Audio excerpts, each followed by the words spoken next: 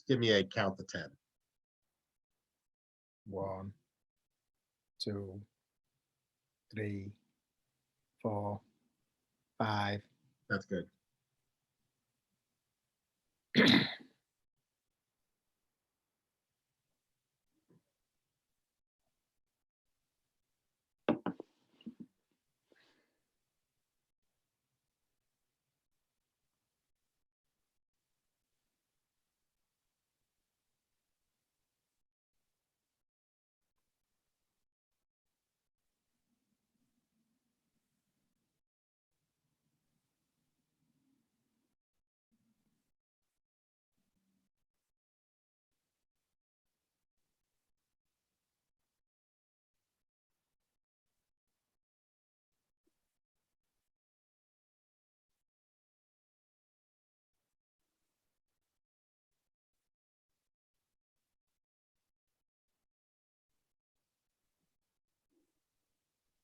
One minute.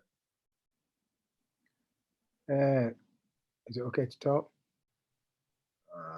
Can you text me? We're live right now. Okay, I'll wait then.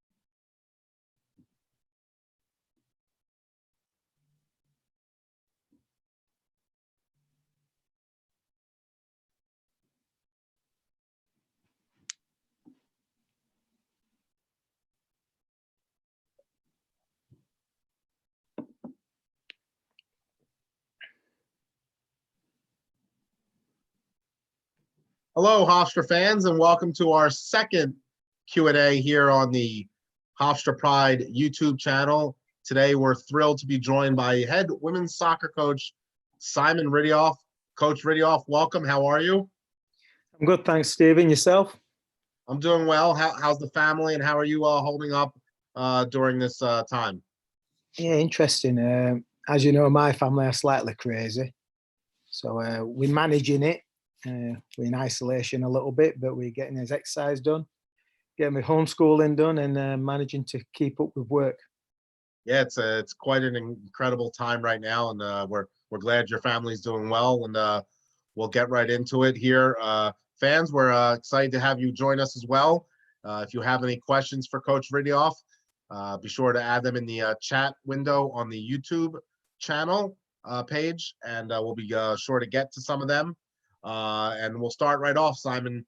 It was really an incredible year by your program. Your team went 16-4-2 overall, 7-0-2 in the CAA, and captured the CAA tournament title, and went to the second round of the NCAA tournament.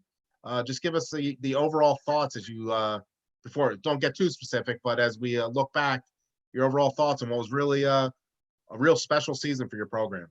Yeah, I say it all the time. Those type of seasons don't come easily, and it takes a lot of people to get to that stage. And not only do you have to have a tremendously talented team, you also have to have a support behind you, with you, and amongst the campus, and that's exactly what we had. And to three-peat, which hasn't been done since 2000 or whatever in the CAA, is a tremendous accomplishment by the girls and the staff. Yeah, you're absolutely right. It was three-peat, and we'll get more into that later. But it's you're on an incredible run right now, and it's credit to your program and the student athletes you have in your program. Let's start off. Your team starts off the year with a 1-0 win over Monmouth. People may not know a lot about Monmouth, but it's a program that's really an equally as strong program as yours in the area. A lot of NCAA tournament appearances. Was that a game when you scheduled it that you knew was going to be a great early test for your program, knowing how strong they are? Yeah, Chris has done an unbelievable job with Monmouth, and she's dominated that area of South Jersey. She's won, I think, the MAC 5 years in a row, 6 years in a row, but then she was in a different conference prior to that. I think she's been to the NCAAs 10, 11 times in the last 13 years. And they had a big senior-laden team, so we knew it was going to be a tremendous challenge. But we also knew on the flip side that our RPI wouldn't be affected by a win or a loss. You know, if we beat them, our RPI is going to be good. If we lose to them, it's not a negative effect on the RPI. So we knew it was a great game in every aspect. Yeah, and you didn't lose them. You won 1-0 on a goal from a Lucy Porter. We just kind of touched on it, but it's a really important start to any season when you can get off to a win. And when you get off to a win against a really good program like Monmouth, that certainly helps you as you looking to build that season. Yeah, it was a typical first game of the year. We did not play well. We didn't play the way we wanted to, and we didn't play the way we ended up playing at the end of the season. But there were some qualities in that game within the team that showed positive signs, and the grit and the determination, the energy, the willing to work hard for each other. All the signs were there. It wasn't a good performance, but the result was great, and there were certain traits which good teams all have, which we showed that day. Yeah, and then you started a real tough stretch in your schedule. You had games against Penn State, Brown, Fordham, and Rutgers. You beat Fordham. You were very close in 2 of the other games, and obviously Penn State is a game you've put on your schedule a lot over the past few years to really test yourself against an NCAA caliber team. What did you learn from your team from that stretch as you started to build who you guys were going to become as the season developed? Yeah, my philosophy is to always have really competitive games early on, and not because we're going to tactically adjust to those teams, because we don't. The first 4 or 5 games is all about us finding out about ourselves. What kind of team do we have? What do we need to work on? Can we play with these toe to toe? Do we have to adjust things? And when you play teams like Penn State and Rutgers and Brown, you learn a lot about yourselves. So after that first 4 or 5 games, we knew what we needed to work on, where we needed to get better, what we were good at. And we also found a bit of belief that we're going to be good this year. And, we lost to Brown away 2-1, and it was early on, and not a good performance again, but we competed again. And those games help build your character moving forward. And it's what we've done in the past, and it will be what we try and do in the future as well. Yeah, it's funny. You probably at the time, or you may have known how good Brown was going to eventually be, a top 10 RPI program. Did you see that in that program during that game? Did you know that they were going to turn out to be what they ended up being? I followed Kia McNeil, their coach, for a while, and she's done a tremendous job at Brown. And I wasn't aware that they were going to be that good. But after playing them, they were super, super athletic. And in the college game in America, if you have a team of athletes at their level, you're going to win a lot of games. And that's exactly what they ended up doing. Were we initially disappointed with the loss? Yes, because of our high aspirations and where we want to be. But in hindsight, it wasn't a bad loss at all. So again, great for our RPI, a good away performance, and something to build on moving forward. And that's what that game gave us a little bit. Was there one of those 4 games? Was one of those that taught you most about your team? Was it your ability to stay close to Rutgers, and you were leading in the second half off the top of my head? Was there one of those 4 games that kind of taught you more about your team than the other 3? Yeah, again, I think Monmouth and Brown were your typical first couple of games of the year. Penn State was one of those, let's see what we can do, but let's just play. Let's go out there and play with them. And then the Rutgers game, I thought was the turning point because I thought for 65 minutes we played really well and we started putting things together. And we talk about the process, and the process for us is, can we put in a 50-minute game at the beginning of the year and then 60, and then we build it up to hopefully playing by conference 90 minutes of quality soccer. And against Rutgers, we did about 65, 67 minutes. Then we switched a couple of things and things fell apart for 5 minutes and we were down quickly in that 5 minutes. So throughout that 90-minute game, we probably played well for 80 and we just put the foot off the gas for 10. And against those quality opponents, those kind of teams, you're going to get penalised, and that's what we did. But coming away from that game, we knew we played a very good Big Ten opponent, somebody who's been a top 3 Big Ten team for the last 4 or 5 years, top 20 RPI team. We knew we could compete with pretty much a lot of teams in this country. Yeah, and clearly something during that 4-game stretch really helped your team click as moving forward. As after that, your team got on the role everyone you dream of. You went on a 16-game unbeaten string, and we'll get into different aspects of that. But it started with a double overtime win over Stony Brook, and your close friend and longtime assistant Toby Bischoff. Give us the thoughts. It was a short turnaround after that Rutgers game for that game as well. Give us your thoughts in that game and being able to earn the win there, and then obviously the emotions of facing Toby, who was around you for so long. Yeah, that week is a tough week for us. We went to Rutgers as a day trip. We play a Thursday night game. We get back at 12 o'clock Thursday night. And then we've got 2 days to turn around and play Stony Brook, which is a Long Island rival, as we know. And nobody understands how much I don't hide the fact that I don't want to lose to Stony Brook. And we can't afford to lose to Stony Brook. And then you add the extra that Toby, a very good friend of mine, is now the coach of Stony Brook, and it just adds a lot of stress and pressure to that game. And I thought we played well in spells, considering the circumstances, considering the whole situation. And I thought we did deserve to win that game, and it took us till overtime. But it's something the girls deserved, and again, it's a good win when you're playing a local rival, a derby game, as we call in England, and manage to beat them away. Then you've got to be happy with that week. And for overtime plus the Rutgers game, we had a good week of soccer, and from then on we just springboarded. You said you kind of played well in spurts in that game, and obviously you got the victory. Did you sense anything special was about to begin, knowing obviously the streak you're about to go on?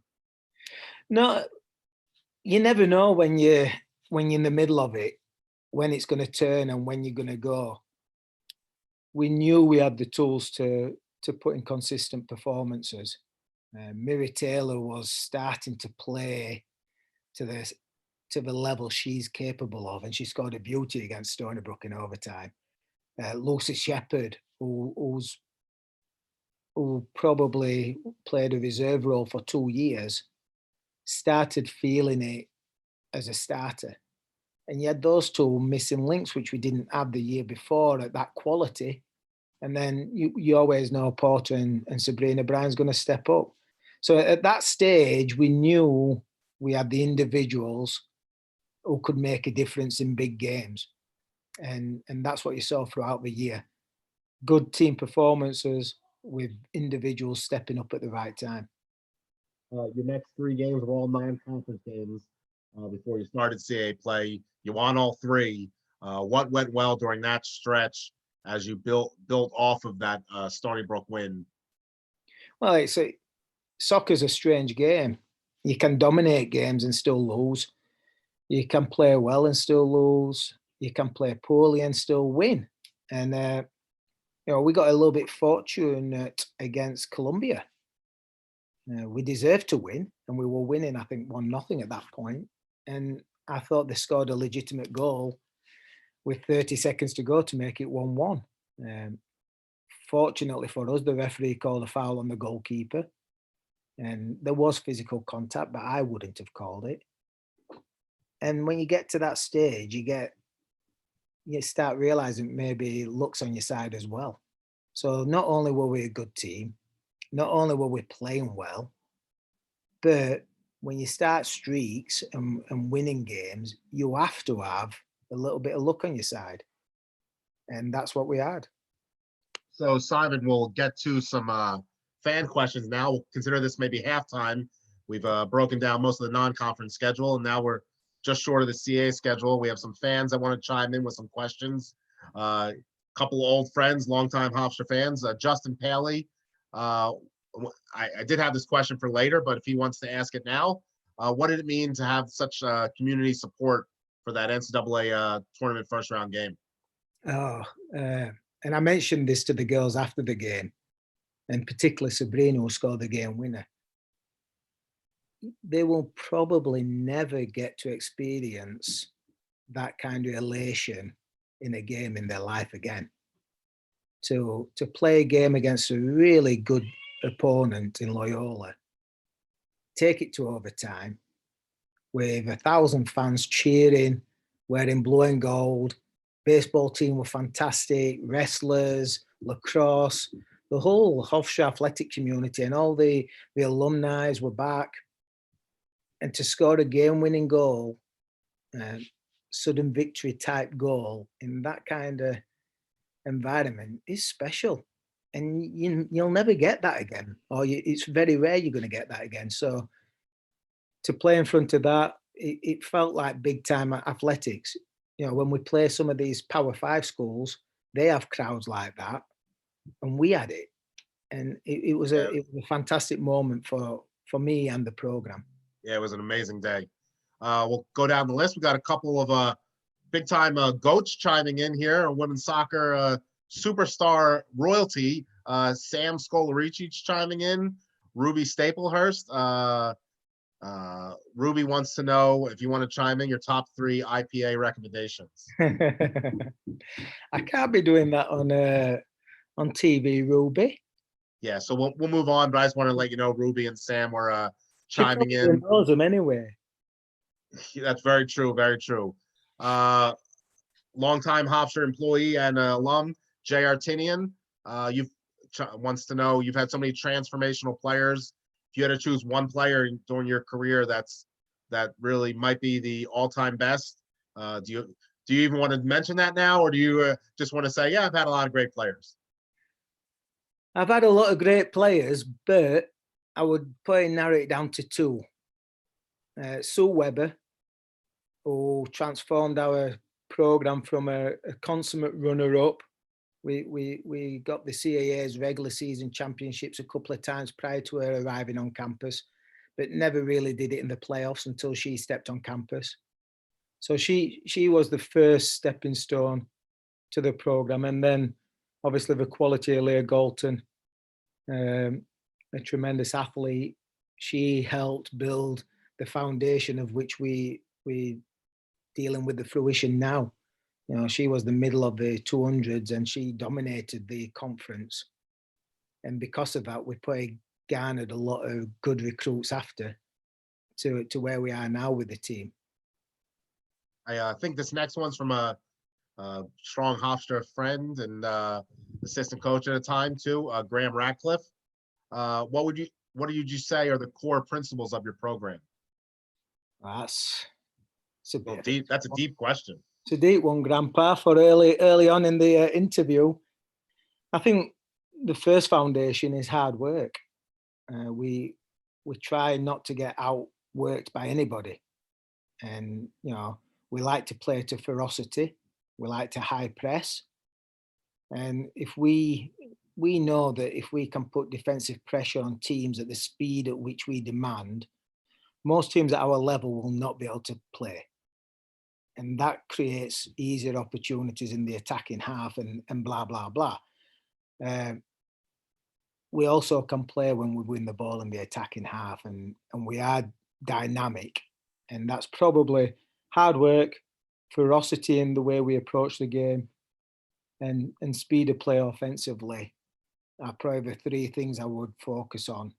And then obviously the other pillars, which would be, integrity, being honest players, sportsmanship, and such things like that. But from a program perspective, we demand hard work, we demand playing at a ferocious speed, and we demand a speed of play where other teams can't compete. So I'm going to make the next two questions kind of trivia questions, and if you can see who they're coming from, because they are funny in nature. The first one, not including Catherine Clancy and Colleen Montague, who is your all-time favorite soccer and women's basketball player? Not including those two. Well, Yeah. it would have to be Liz O'Brien, wouldn't it? Yes, it would be. So you got that one right. And then before we get back to some more hard-hitting questions, how important, you're going to have to guess who this was from. How important were your players on their bench from 2008 to 2012? It's always an interesting one with the reserve players, because a lot of times I don't think they play an important role, but they do. And even from 2008 to 2012, there's some people on there who was already chimed in, who used to be reserve players, who turned into being pretty good. So you're not going to guess who this was? 2008 to 2012, I'm going to guess Erin Breen. Well done. That's good guess. Yeah, you are correct. So let's get back. We'll the fan questions. We'll get back to you later in the chat as well. Thank you so much. Keep bringing them in, even the funny ones. So Simon, you opened your CA schedule with 2 home games. Just your thoughts, whether you're having a great season, bad season, or in between. Are you a fan of your schedule opening up with home games, or being backloaded with home games? What was that a help to you guys, or would you usually not like it like that? I like a balanced schedule, which means basically whether it's 2 away, 2 home, 2 home, 2 away, I don't care particularly. I don't like the one year we didn't make the playoffs. We had 4 away games in the first 4 games of the season. That's tremendously difficult for a team to bounce back from. So 2 home games, 2 away games, it's irrelevant as long as it's not double. So we would prefer a balanced schedule, 2 home, 2 away, 2 home, 2 away, and so forth. I think that gives you time to practice properly. It gives you time to get into a rhythm. It gives you time to prepare. Gives everybody time to organize travel, and it allows the emotional stability of a team to be kind of level. And I like it when it's more level than high and low.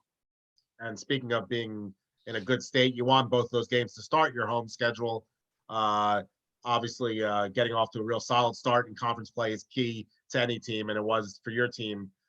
Next up on your schedule was maybe one of your 2 long-standing rivals in the conference, Northeastern. The games are always good. They always mean a lot, and usually you guys even meet in the postseason a lot of times too. And you tied this year 2-2 in early October up in Boston.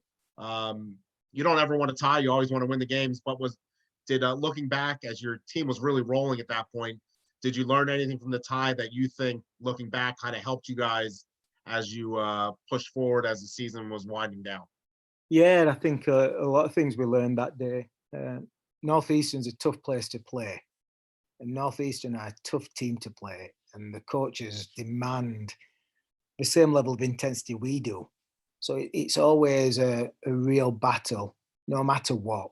And going into that game, I thought we were the favourites, but we had to handle a couple of special players from Northeastern. And it was a miserable day, as normally it is in Boston in late September, October. And a couple of things happened that day. We got caught 2-0 down pretty quickly. So that's another challenge for a team.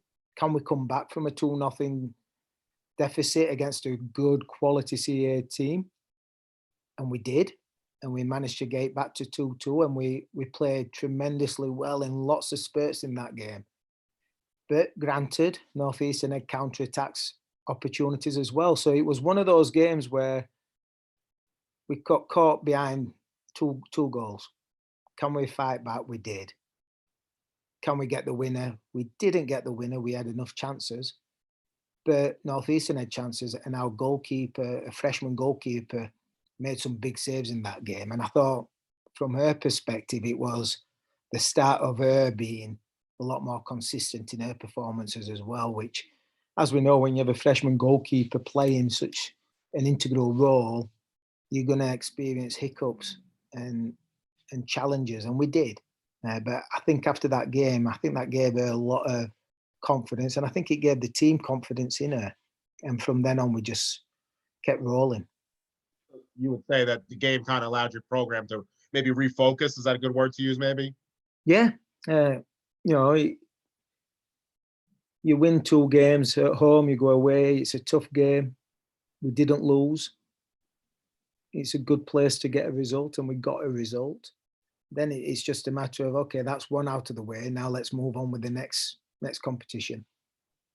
And then your next 3 games, you scored 3 goals in all 3 of them, culminating with a 3-2 win over Delaware on October 13th. Your team at that point is now 11-3-1, 5-0-1 in the CAA. You clearly are rolling offensively. What's the mindset of the program at this point in the season, knowing that really at this point the postseason is on the horizon? Are you aware of what's at stake at this point? Again, for us, we always challenge ourselves to win the conference. We want to win the regular season, so every game going into conference is a must win. And obviously, the more you get through the season, the more the pressure rises and the more difficult it is to get those wins. And Delaware, you know, again, they gave us a lot of problems at their field. Away games in our conference are extremely difficult. And they're set up, they played a 3-5-2, which causes problems. And we got a little bit lucky to get the win. I think we deserve to win. But playing away on a grass field against a good physical Delaware team, it was difficult. And those games, again, they just allow you to appreciate the quality you've got within the team. And for that last 5 minutes, it 2-2, it looked like the field was going downhill. And Miri Taylor made a decision she wasn't going to let us lose, and she stepped up at the right time, and we came away 3-2 victories. Even though I probably thought tactically we got it wrong a little bit, which I would take the fault for that. I thought maybe we should have done something different towards the end, but the talent got us through it. Yeah, and now at this point, you then had another tie in conference play against UNC Wilmington, but your last 2 games in conference during the regular season actually really interesting. You ended with 2 wins, with wins over Towson and William & Mary. The Towson game, one of the more interesting games of the year. You're scoreless at halftime, and then you end up winning the game 5-1. I'm sure, because there might be children watching here, you can't tell us what you said at halftime of that game, but clearly your team got the message. What happened in that game for such a effort that you probably were not ecstatic about in the first half, and then an effort you were probably overly ecstatic about in the second half? Yeah, I think at halftime we basically said, what do you want to do, ladies? Do you want to host the CAAs? Do you want to give every advantage you can to winning, to making the NCAAs? Or do you want to travel to Wilmington and play the 3rd and 5th round game in Wilmington or in Towson or Delaware? And that's what we looked at. And I think the girls realised that we want to make the trip to the CAAs and the NCAAs as comfortable as possible. And they just turned it up. And good teams can do that. You know, when the back's against the wall, you know, you've got we just had a little bit too much quality for Towson that day. And they decided that, we've got to put this game away and start focusing on William and Mary a little bit and gaining that regular season championship. So we did rebound well. We dominated that second half. It allowed us to get a lot of starters off the field and fresh legs and give them a bit more of a break leading into the Sunday game against William and Mary. Well, before we get to the postseason, let's go back to some chat questions. Another former great, all-time great chiming in, Dolores Deasley. Coach, what would you say are some of the biggest challenges either yourself as a coaching staff face or your program has faced? Big old Dilly. She was a tremendously tough-nosed, competitive player, probably one of my top 3 players in the sense of competitiveness. She was ferocious. We love Big Dill. The challenges are getting the Hofstra name out there. I think the first thing is the recruiting challenge is getting people to realise that Hofstra is a top 20 programme, and we have been for the last 4 or 5 years, and getting the local kids to buy into that. And once you get 2 or 3 local kids and you couple them with some foreigners, you've got a good recipe. So the first obstacle is that, and then the second one is getting the belief within your team. And back in my day when Dilly played for me, I probably wasn't aware of how good that Hofstra team was, and probably downplayed us in big games where we probably should have won and could have won if I approached it in a better mindset. And back then I wasn't aware of that.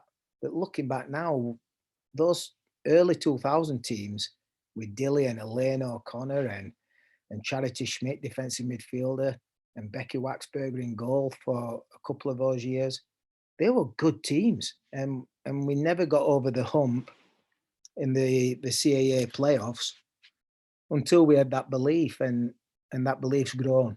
And now we actually play with a lot more confidence, and that comes from me. I'm pretty sure that when we go to CAAs, we've got a good enough team to beat anybody. Whereas back then, I probably didn't. So that was another obstacle which our program has faced, and I believe we're getting there now.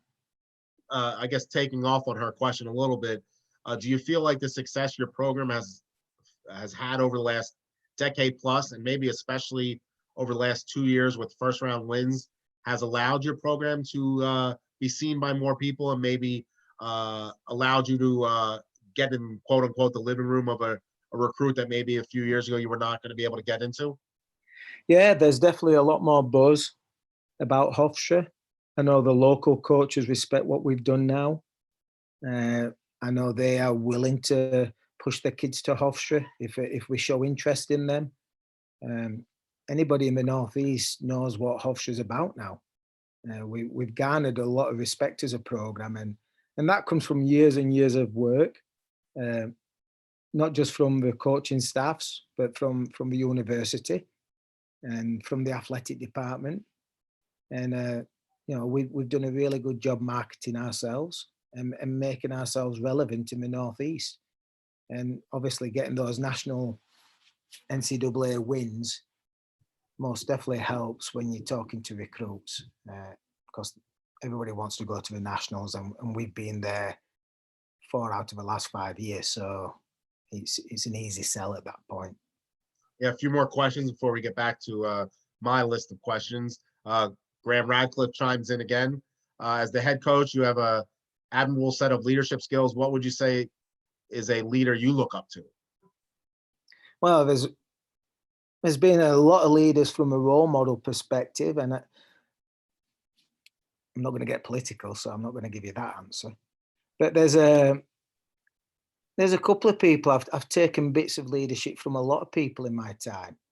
Joanne Russell was a tremendous role model. We'll get into her later more, certainly, yeah. She gave me my first opportunity at college and nurtured me along the way, and was unbelievably loyal and supportive of what I've ever done. And then, Richie Nuttall, my favorite clown, He's guided me in a lot of different ways on coaching and people skills. And then Ian Stone from St John's, he showed me a lot of the recruiting ropes when I first got the job, and me and him did a lot of road trips together, and he guided me that way. And Gary Buck was an assistant for a couple of years. He gave me a lot of tactical stuff, and you just learn from different people. And I've been fortunate to be surrounded by a lot of good leaders with a lot of really good qualities, and you just try and pick the best qualities that suit you. Not always the best qualities, because sometimes certain qualities in leadership doesn't fit my personality. So you just got to find out what part of the leadership they're showing, which relates to you, and how you can mold that and make it fit your personality. And I've been very fortunate to be surrounded by a lot of good leaders. Yeah, we got two quick hitters before we get back to the questions. The first one is twofold from your favorite duo of Ruby and Aaron. Ruby first asked, Jim's or Napolini's? Again, Ruby, you know the answer to this, and you're just trying to plug Napolini's. And then It's obviously Jim's Deli. I love Jim's Deli. George, Mike McCabe, Scott, they're awesome. They make great sandwiches. I love that place. Napolini's makes a fantastic pizza, and I love a good meat slice at Napolini's. But Jim's Deli edges it, just from a personal perspective. And then on that same one, Aaron wants to know what's your favorite order from Jim's. Oh, that changes. But right now, I'm going with a foul ball with chipotle mayo instead of regular mayo. Okay, and one of your all-time biggest fans in the world, Andrew Cohen, chimes in. Who did you root for in the USA-England Women's World Cup match last year? Neither. No. Selfishly, it was better for the US to win. So from that perspective, I wanted the US to win. But I have had some connection with. I've recruited a couple of those English players. And obviously I am English born. And Phil Neville did play for Man United, which is my team. It was a tough one. I wanted US to win because I think it just buoys the US soccer environment over here, and the college game feeds a lot off of that. So US women's team, I wanted to win. Ruby, before we get last fun question for right now, do you have a dog? I know the answer, but Ruby should know the answer. She wants everyone to know the answer. I have got a mini, long-haired dachshund, a mini wiener dog, which I think Ruby wanted to call him Willie. Heather wanted to call him Coco, and the kids called him Jake, and Jake's what his name is now. The kids always win, right, Simon? In my family, they do. So let's get on to the questions again. We're now on to the postseason, Simon. Your team clinched the top seed in the conference tournament. You hosted the semifinals and championship game. And in the semifinals, you defeated Elon 3-1. You kind of, it was a workmanlike effort. One led 2-0 at halftime. How did you kind of view your team in the right mind frame and just took care of business type of game? Yeah, we've been in that position with Elon where we made the CAAs first year, second year, not really advanced because we're just happy to be there. And I got the sense of that with Elon, a very good team, but I think they achieved their goal of getting to the semi-finals. They beat a very good Northeastern team in the first round, and they're a quality team with quality coaches. But I just got a sense, mentality-wise, I think they were comfortable with their season as it was there, and they weren't expected to beat the number one seed. So let's just go out there and play. And I thought we addressed it as nobody's going to beat us at home. Let's do what we have to do, get this game over with, and we'll focus on the final. And the girls were unbelievably professional in the lead up to that game, in the week. They didn't underestimate Elon. They came out. We knew we were going to be fresher than them because they just played a game and we hadn't. So we knew we were going to be able to outwork them. And the girls went to task. And, we comfortably won that game, although they did score late to make it 2-1 and make it interesting. And then the championship game that weekend, you played another one of those teams that you kind of look at as, I guess everyone's a really good rival once you're in conference. But JMU, you've had some incredible games against them. They've beaten you in the postseason. You've beaten them in the postseason. And you kind of just really poured it on. Your team in the second half, I think you led 2-0 at halftime off the top of my head and won the game 5-1 with the lone goal from them coming on a PK. Did you sense your team really relish the challenge of playing James Madison? Yeah, James Madison, last year we played him in the final. In 2014, we played him in the semi-final.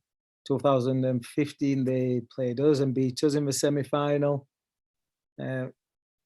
Throughout the last 15 years, there's games, important games in playoffs where Hofstra's played James Madison. We've won some, they've won some. So we always know we're up for a battle against James Madison. We were playing at home again. We controlled the first game in regular season against them. I think it was 3-1. But we knew we had to get an early goal because James Madison were going to come in with a lot of attitude, a lot of emotion. They were going to get redemption from last year's CAA final.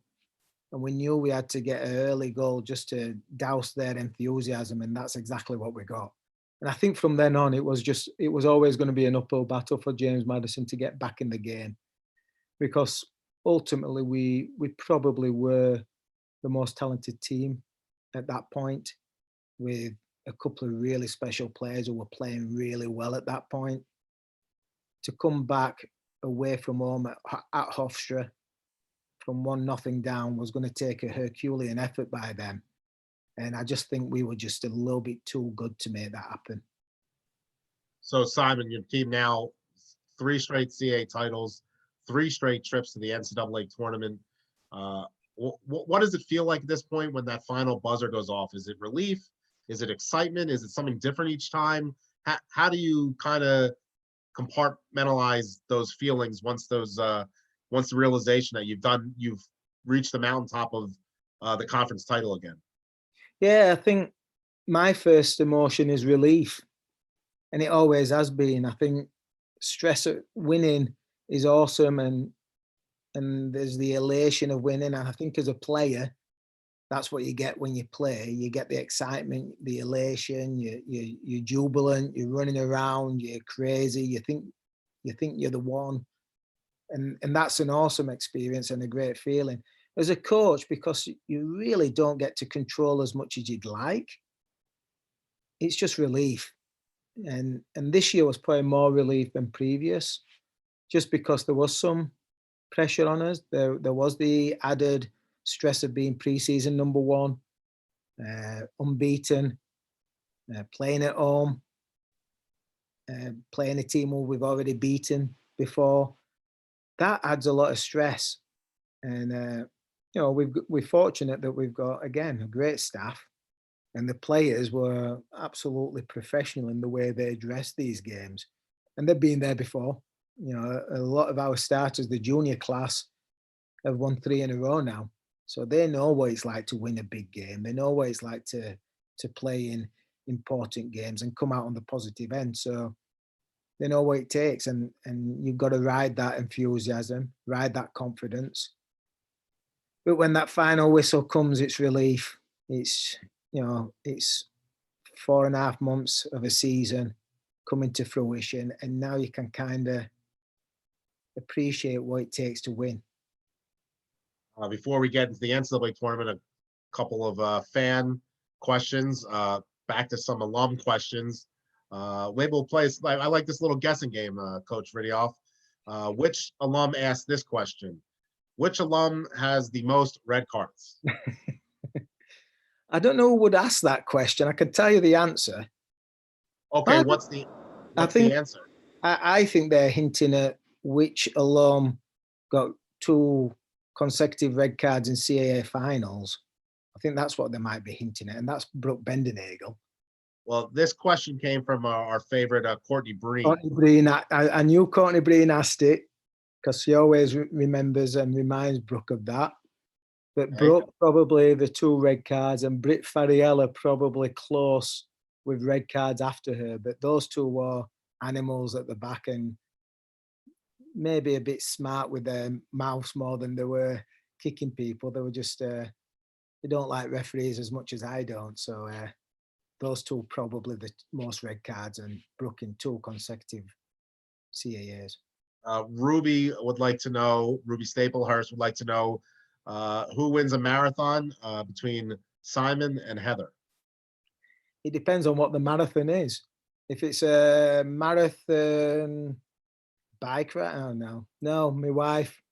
Heather wins in every marathon we do, whether it's a bike ride, a swim, or a run. And then I believe it's Tiffany Avino. This is actually a good one. I want to hear the answer to this one. Yo-yo. What's that? Yo-yo.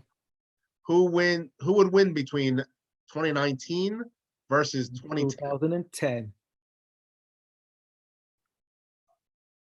I can't say that one, Avino. Not on record. I've still got a lot of players on that 2019 team. That 2010 team was extremely special. It had a lot of really wonderful, talented players, and it had a lot of balance. It had we used to call it the Trinity in midfield: Courtney Breen, Brittany Butts, and Tiff Avino. Tiff Avino scored some tremendously important goals, All-American, probably the most decorated player in our history. She was unbelievable. Then you had Selma Tarek up top with unbelievable ability and skill, coupled by Laura Green, right wing, and Kayla Pfeiffer, left wing, fast and hard-working and deadly. Are you avoiding the answer or just giving us your thoughts on 2010? Yeah, I'm avoiding the answer. I'm making them feel good about themselves. And then you had Amy Turner, who was an absolute beast, who plays for Man United right now. Brooke Bendenagel, Danielle Marino was an absolute monster. And Dana Bergstrom, Betsy we used to call her, who had a great left foot. And we had the tandem of Emily Morphetus and KT in goal. And even that bench was a great bench. So top to bottom, I think 2010 would win on PKs, maybe. Okay. Well, maybe we'll edit that out, that answer out. So, Simon, you're now headed to the NCAA tournament once again. Going into the selections, obviously there's been years where you've been disappointed where we've been sent or who we're playing. Did you have any real thoughts on who, where your team was going to play? I know that people love chatter, and the social media world loves talking about NCAA tournaments and various sports. Did you have any real thoughts on who you might get faced up against as you were heading into the tournament? I had absolutely no clue that we would play Loyola Chicago and end up in Stanford.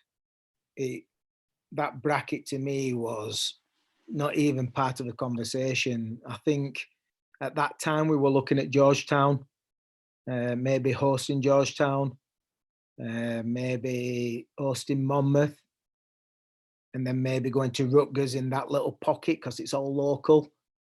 But, you know, hosting Loyola Chicago was just a strange one. And then obviously going out to Stanford's never fun. So, you know.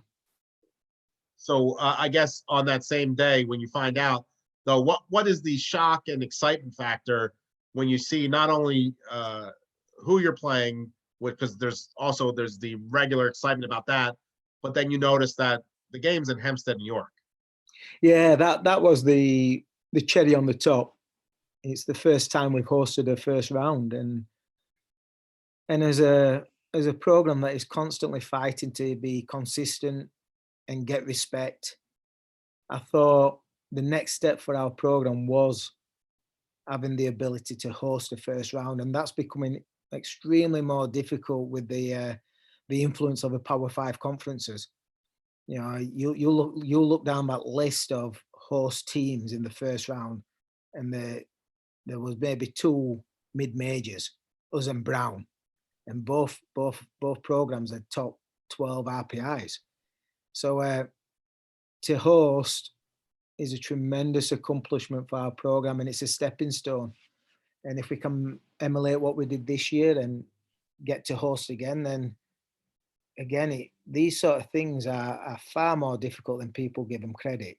You're not just playing, you're not just building a resume which is respected. You're getting on that table on a committee day, and you're telling the committee that you're better than an Auburn, and you're better than Mississippi State, and you're better than Vanderbilt, and you've got every right to host more than Clemson. And it's tough for the committee to see Hofstra amongst those names and agree. So that shows you how strong a resume we had. That shows you the record we had, that they gave us the respect to hosting a first round game. Obviously, Loyola Chicago, we just didn't know anything about them. We've never played them. We rarely play the Midwest teams outside of the Big Ten. So it was just a matter of, while at Loyola, let's get our own work done, and let's try and get some game tape and scout them. And then there's a slight disappointment that you've got Stanford in the next round, or Prairie View, whatever the other team was. You just kind of say, oh, all right, we'll see. Let's get through this first game, and then we're flying to California, and we'll see what we can do there. So obviously, this is the first time your program had hosted an NCAA tournament game. Is that the longest week of your career? Because you'd be preparing to fly somewhere or get into a bus somewhere by Wednesday, and this time you're home all week. You're practicing on your own home field all week, and game day is on your field. Does that end up feeling like the longest week in your career? Yeah, it's just, you just spent, same with the CAAs though, when you're waiting for that semi-final on that Sunday, you spend all week and there's a lot of pressure on you, and it's building because everybody has this expectation you're hosting, and therefore you're the favorite and you should win, and it'd be embarrassing if you lose. And you go through your head on all the parameters of what could happen in that game day. And again, soccer's a sport where you can't guarantee wins. So you're nervous. You've got a long time to think about it, restless nights. And ideally you want the game to be on a Wednesday or Thursday, not Saturday. But, it's just about keeping the focus at that point, keeping the habits normal. And thankful that we didn't have to go on the road. We don't have to play on a different surface. We don't have to play in an unfamiliar environment. We're playing at home, and that's a huge advantage, and we should take advantage of that. So game day arrives. It was amazing soccer game. 2 really good teams you saw out there. Your team, Sabrina Bryan, overtime goal, maybe the most iconic moment in your program's history. Winning in overtime in front of that kind of crowd, putting your program on another pedestal. Do you recall right now the moment the goal went in, and kind of the thoughts that went through your head? I can recall what went through my head just before that, because Loyola surprised us. We thought they were going to be good, and we thought they were going to be physical and tough, but they were better than that. And it was a really back and forth game, and there was a strong wind that day, if you remember. So going into overtime, we were desperate to play with the wind, and we lost the toss and played against the wind. And we won a bit of pressure that second half when Loyola had the wind. So we were worried, can we get through this 10 minutes to play with the wind? And from the kickoff, we had the impetus. We got down the line, and I think Bella Richards flicked it on, and Sabrina was one-on-one, which is what we've been looking for all game. And she jinked inside and slotted it home. And I think Jerry was the first person I grabbed and gave him a kiss. I'm sure he loved it. And we just kind of gathered his thoughts. Everybody ran on. Rory jumped on back of me. I've got back problems ever since. And Kelsey was quietly smiling. And we just kind of lined up and shook hands, and then joined the rest of the celebrations, which was unbelievable. And like you said, in front of that crowd, when you see that ball hit the post, it takes 10 seconds. You just see it in slow-mo, and it goes, and you're thinking, is it in, is it in? And then you eventually see the crowd cheer, and there's a huge roar from the crowd. And that's how I felt with relief. It was a roar of relief, and it was just an unbelievable experience. And then obviously, as you kind of touched on before, sent you on to play Stanford. You guys played really well in the first half of them in that game against Stanford. Did you, as you prepared for arguably the best team you'd play all year, was there something you saw that allowed you guys to be competitive in the beginning of that game? What allowed you guys to kind of show Stanford who Hofstra's soccer was? We needed to be extremely disciplined defensively, and as a staff, we sat down and we knew we had to nullify one player, and Jerry suggested Miri be the one to nullify or neutralize that player, and we got on board of that pretty quickly. We thought, and I agreed, I thought Miri was the one player who could physically compete with the best player in the nation. And then we knew the defensive setup was going to make it difficult for Stanford. We thought on corner kicks and free kicks we could cause them problems. We didn't think they defended particularly well in those situations for a team that was that special. And I think we frustrated them that first half.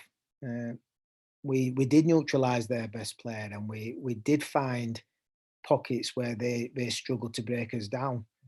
And even though they scored in the first 2 minutes, for the rest of it, I think for 70 minutes, we kind of kept them at zeros.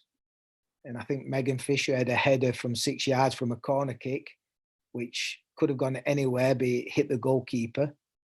And, we gave ourselves a really good counting for who we are as Hofstra. And I think Stanford came away with a lot of respect of what Hofstra's been able to do over the years. You still good on time, Simon? We'll go for another 10 minutes or so here. Yeah, I'm good. Okay. Now you obviously completed one of the most historic seasons in Hofstra soccer history.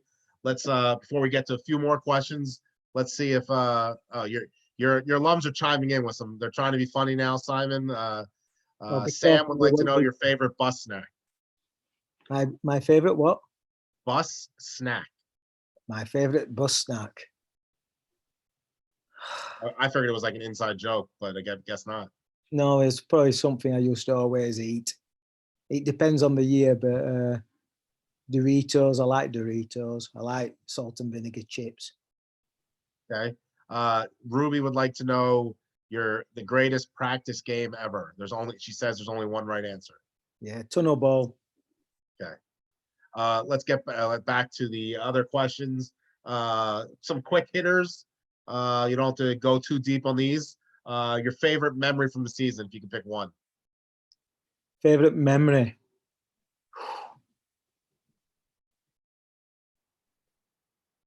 Probably Miri Taylor scoring against Stony Brook in double overtime. Okay. Your favorite win from the year. Beating James Madison 5-1. Okay. Your favorite goal of the season. Favorite goal. Well, it's got to be Sabrina Bryan's in first round at NCAAs. Your favorite road trip.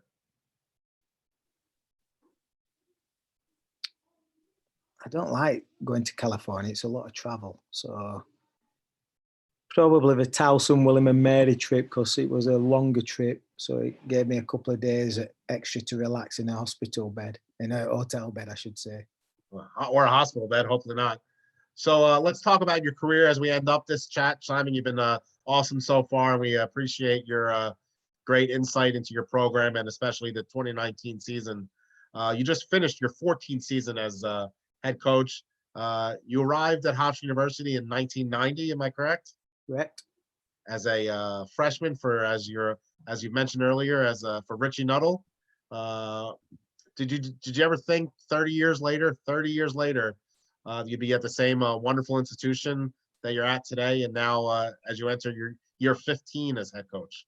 No, not in a cat in hell's chance. I didn't think I'd be here, but I'm really grateful that I am. I'm grateful to work for a fantastic institution, and I'm proud of where I've come from and where I'm going.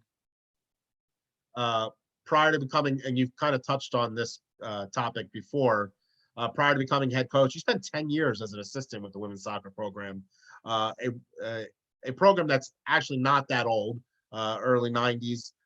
You were 10 years as an assistant to Coach Russell. The two of you are really the architects of every ounce of success this program has ever experienced.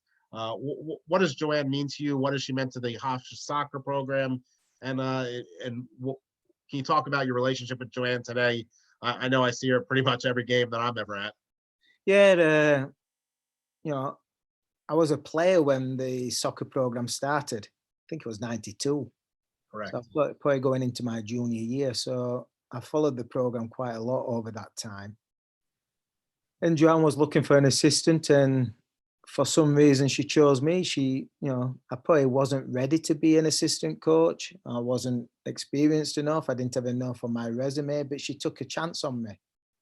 So that's the first thing, and I've got to respect her for doing that. And I'm sure Richie Nuttall had a strong influence on that. So from that perspective, Joanne saw your athletic facilities experience as something that could help her program. Yeah, she saw me putting the flags out, holding the Star Spangled Banner for anthems because we didn't have a flagpole back then. I used to do it all, but so tremendous respect for making that gamble. We've had some great times, we've had some low times, but she's always stuck there with me. She's always been there for me. She's always supported me, and that's continued to this very day. I just spoke to her yesterday morning, and I went over to her house last week. So she's a maternal person towards me. She's been there for a good chunk of she's been there for my whole career, but a good chunk of my life. And she gave me the chance, and I've got to always appreciate that factor and what she did for me. You first made the NCAA tournament in 2005, which was Joanne's last year as head coach, your last year as an assistant before you took over as the program. Do you remember the 2005 title? Does each title stick out in your head, especially that one being your first? Yeah, we played VCU in the final, and there was a probably 30-mile-an-hour gale force wind going down the field at Sports Backer Stadium. And Deli Malone stepped up from about 30 yards and snotted a shot into the roof of the net. I think their goalkeeper was Emily Neems or something. So we were winning 1-0, and then the second half started, and we were under a lot of pressure with the wind. And Becky Waxberger and the back four at that time were making tackles and saves. And we got quite fortunate from a statistical perspective. I think we got outshot 17-9. But the Adele Malone goal stood the test of time, and we came away 1-0 winners. So yeah, I remember it well. Becky Waxberger was all tournament. I think Ashley Shaban was all tournament. Adele Malone probably from scoring, and then Sue Webber was the tournament MVP. So great time, great experience. We had Adam Khan as the trainer at that point. He was a huge factor in the team.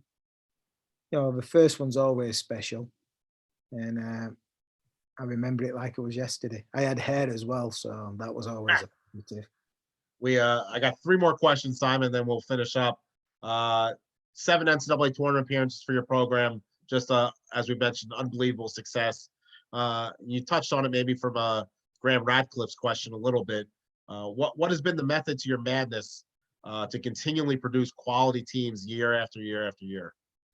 Well, I think Grandpa or Graham Ratcliffe broached on the things that we stand for and what we demand from the players. But the success of a program, and I adhered to it at the beginning of this interview, is the people surrounding it.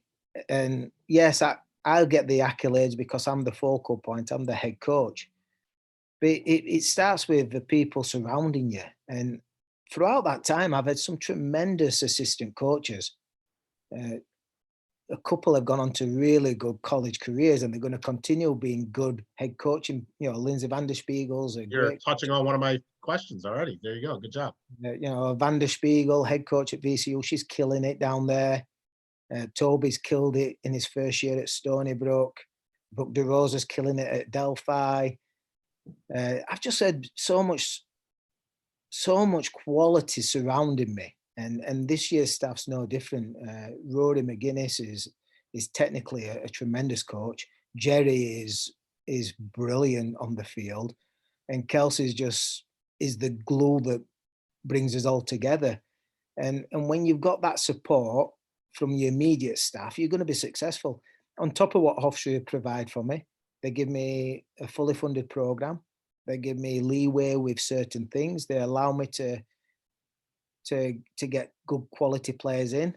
The admissions department work with me, and I've got good work people around me. Richie Nuttall, somebody who I talk to on a regular basis and console, and we sit down and we guide and ask advice. Rochi and Fozzie from the men's team, and all the other coaches at Hofstra. We've got a quite tight group in our building, but I can always call Seth Tierney, I can always call Joe Mihalik, and we can bounce ideas off. And I think that's what's special about Hofstra. You've just got so many truly Hofstra supportive people, and you being one of them, Steve. J.R. Tinian, another. Chrissy Arnaud, my program administrator. You guys, I'm one of your all-time greats. Yeah, I think she was leading goal scorer in 2005 for us. From walk-on to All-American. Yeah. So you've got that going, where you've got people immediately surrounding you, bleed blue and gold, who will do things for you, which I don't think you get at other schools. And we have that, and we have it in spades, and that's what helps build a good program. And you've always got to have talented players, but the other stuff makes it easier. Okay, two more. One's quick, one's not. Do you do a very good Richie Nuttall impersonation at all? What do you mean, Stephen? I'm just embarrassed by everything here. I don't know what else to do. Simon, I'm super proud of what you've accomplished with the women's team. It's really special, and I'm really proud. That's me, Richie Nuttall. Yeah, you do a very good Richie Nuttall impersonation. And the last question, maybe the most important part of your life, we touched on them earlier, but your family, your wife Heather, and your 3 kids, your biggest fans and supporters. What's it like to see them after games, and what's it like to kind of have the support of them around so often? Yeah, I think Heather realizes how much I love Hofstra, and my kids all say they're coming to Hofstra. They're not going to be playing, none of them, but they're going to come to Hofstra.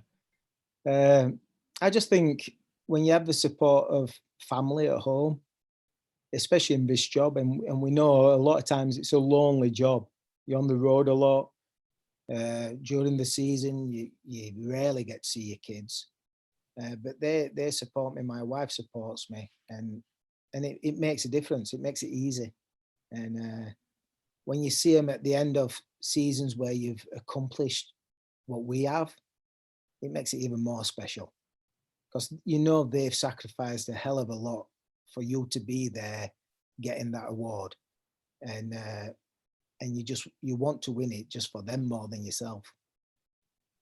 Well, Simon, it's been a great hour plus. You've provided the Hofstra community on behalf of the entire Hofstra community. We thank you for this hour, and thank you for the success of the Hofstra women's soccer program that you, Joanne, and the many assistants and student athletes you've had in your program have produced. And we wish you all the luck, and stay safe, and thank you again. Yeah, thanks for having me, Steve. And again, Hofstra fans, thank you for joining us today on this Q&A with head women's soccer coach Simon Riddiough.